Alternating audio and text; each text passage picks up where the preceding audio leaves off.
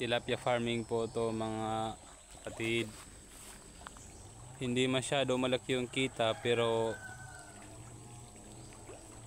kahit pa paano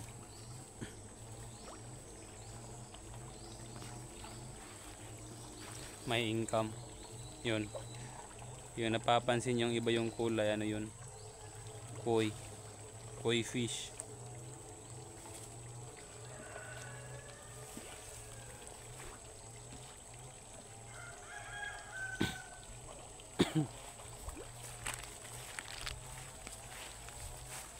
Source po ng tubig namin dito.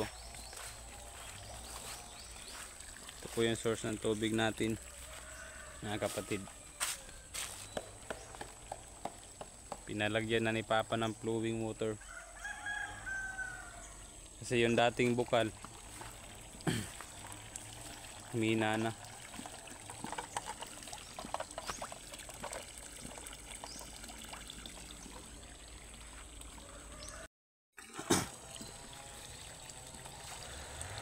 Ito nga pala yung fish pan namin guys, tilapia.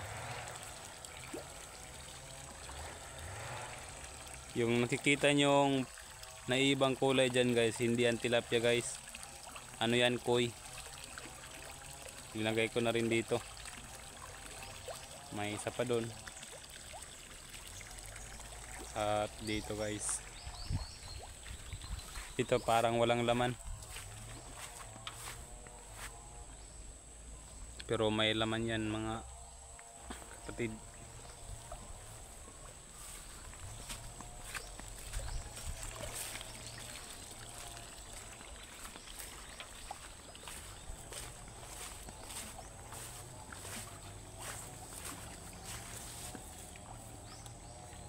Tilapia farming. Nag-start kami dito 2018. Nag-start kami dito ng tilapia farming. Kahit papaano, kahit